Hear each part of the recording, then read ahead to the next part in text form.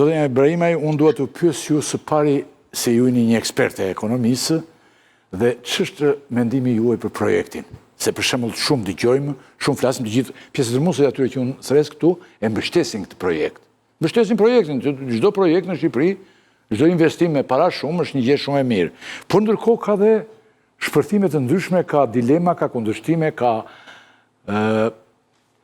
plot gjëra si thuash. Dhe ndërkohë sot për shembull nxorën një letër, kryeministri thotë nuk kemi akoma projekt, por ndërkohë sot nxorën një material ku thoshin që ja ky është projekti që e ka bërë zoti Edi Rama. Diçka për projektin. Ç'është ky sipas jush? Më mbrëma edhe një herë, në radhë parë dua t'ju përgëzoj për mënyrën demokratike se doni ta bëni kalimin e fjalës në ngritje dore. Jo, tham, njërë të filloj zënja Projekti në fakt është ajo që ne kemi thënë që nuk kryet herës. Pra, ne na është prezantuar në Këshillin Kombëtar të Territorit dhe Ujit një projekt i cili nuk është miratuar, pasi nuk plotësonte kushtet dhe kriteret që ne kishim për zhvillimin e saj zone.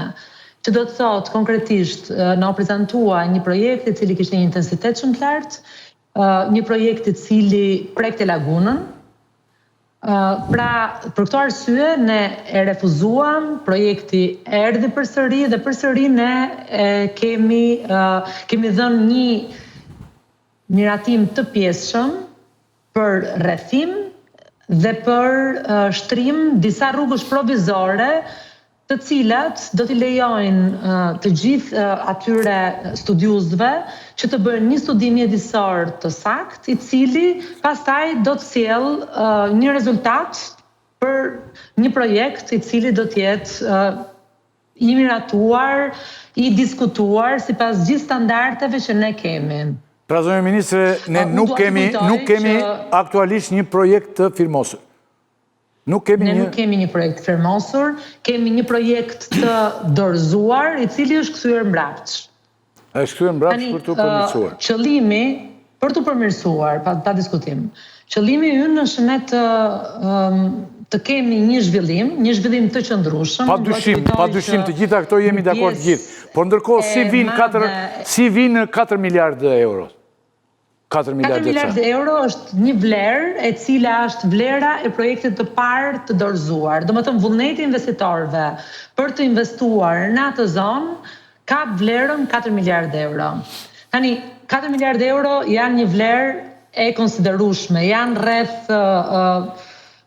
15% e GDP-s, pra është një vlerë e madhe që vjen në vend, investohet në vend dhe nuk mund të anashkalohet, sepse nuk është një vlerë e cila jo vetë hyn në GDP vetëm në sektorin e turizmit, por nga sipas gjithë studimeve ndërkombëtare, po edhe studimeve që ne kemi bërë për ekonominë shqiptare, efekti multiplikator i një investimi në turizëm është çdo një lek investuar në turizëm jep 1.8 lek në ekonomi, efekt zinxhir në bujqësi, në tregti, në transport. Pra është një efekt i cili në kohë shumë të shpejtë, me një shpejtësi të madhe, jep një gati dyfishim të vlerës së investimit. Dhe kjo përkthehet në vende pune të qëndrueshme, por edhe vende pune të përkohshme, të cilat do të punësohen me qëllim realizimin e projektit. Pra, bëhet fjalë për rreth 20.000 vende pune të përkohshme, njerëz që do të angazhohen në ndërtimin e këtij projektit, por edhe rreth 10.000 vende pune të cilat do të jenë permanente, duke marrë parasysh që vendet e punës nuk zhvillohen vetëm në vendin ku zhvillohet projekti, por zhvillohen në të gjithë zonat përreth, sepasi është një ekosistem i tërë që do të punojë për të shërbyer këtij projekti madhor. Tani përveç kësaj, është shumë e rëndësishme edhe të kuptohet që një investim i një standardi të tillë, ku janë të angazhuar arkitekt me famë botërore, ku janë të angazhuar studiues të nivelit të lartë, ku që tani janë të paracaktuara kontrata hotelesh vetëm prej vendndodhjes, dhe dua të theksoj këty, vetëm prej natyrës që është atje në dispozicion, pra asnjë interes nuk kanë as investitorët që ta shkatrojnë natyrën, sepse natyra është vlera e shtuar që ka ky projekt, dhe natyra është arsyeja pse ata po vinë aty. Atlantis e këtu.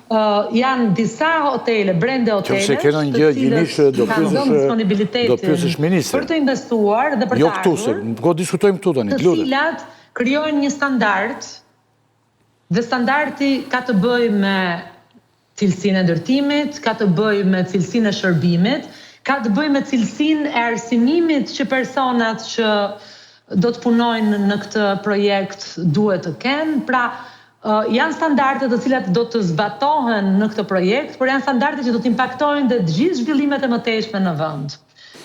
Unë duhet të ndalem pak tek çfarë ka ndodhur në Maltëzi. Unë e di që keni dëgjuar kryeministrin flas për Porto Montenegron, që është pa diskutim një projekt elitar turistik në Maltëzi, por ajo që nuk është thënë shpesh është që pas investimit në Porto Montenegro janë dhe 2 investime të tjera ndërkombëtare me vlerë të lartë rreth 1.1 miliard euro që janë afruar në Maltëzi pasi në Maltëzi filloi zbatimi i projektit të Porto Montenegros.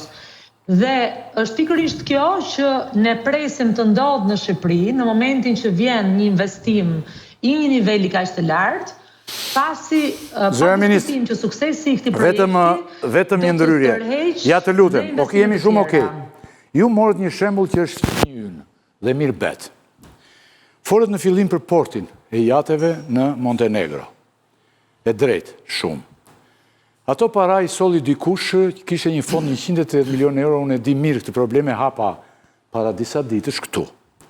180 milion euro dhe Ilir Meta ishe iniciatori kësaj gjë, e cili shkoi me vrap në zyrën e doktor Berishës dhe i tha që duhet të bëjmë këtë te Rana e Edhur në Lezhë, jo në Durrës, ku thotë Rama apo të vlorë ku bërtasin gazetarët që s'din çfarë thonë.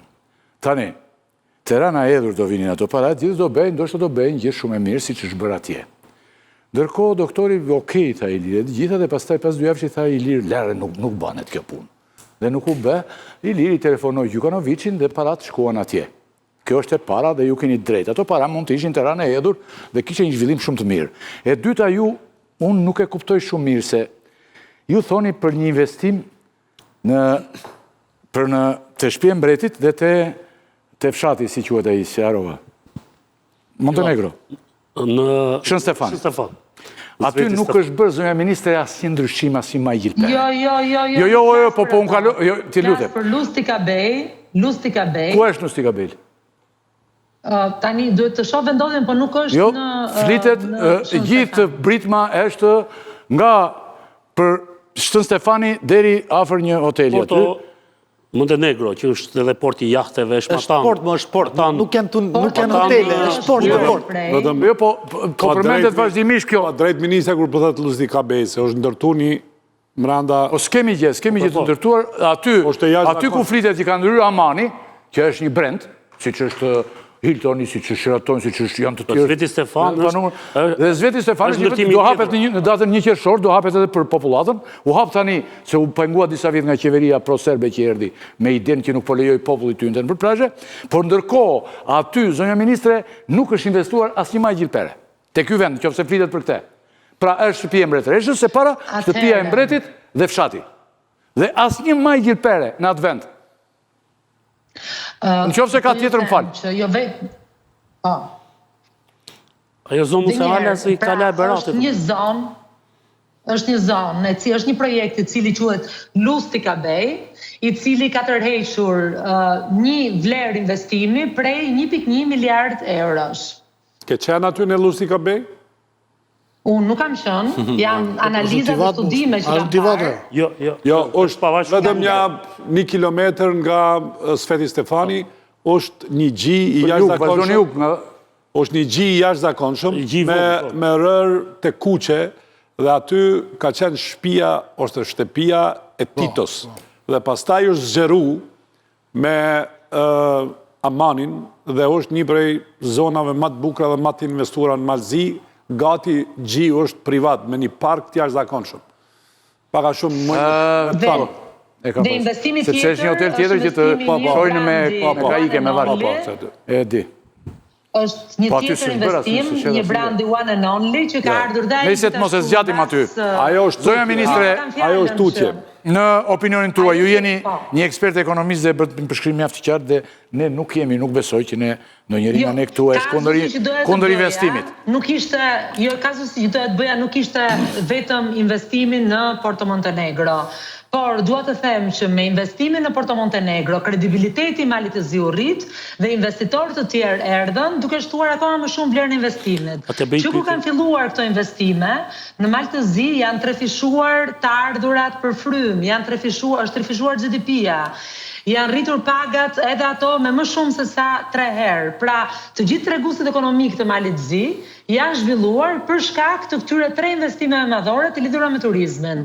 Tani, dhe ajo që dua të them është që mungesa e investimit në një projekt të tillë, largimi i një investitori i cili për më tepër është duke investuar në një pronë private, është një reklame keqe për Shqipërinë. Sigurisht. Dhe është një lajmërim që investitorët të tjerë do ta mendojnë 2 herë para se të vinë në Shqipëri. Jemi okay. Tani, ne jemi në një situatë në të cilën po vrapojmë për të përmbushur të gjithë standardet dhe kriteret që Bashkimi Evropian ka vendosur.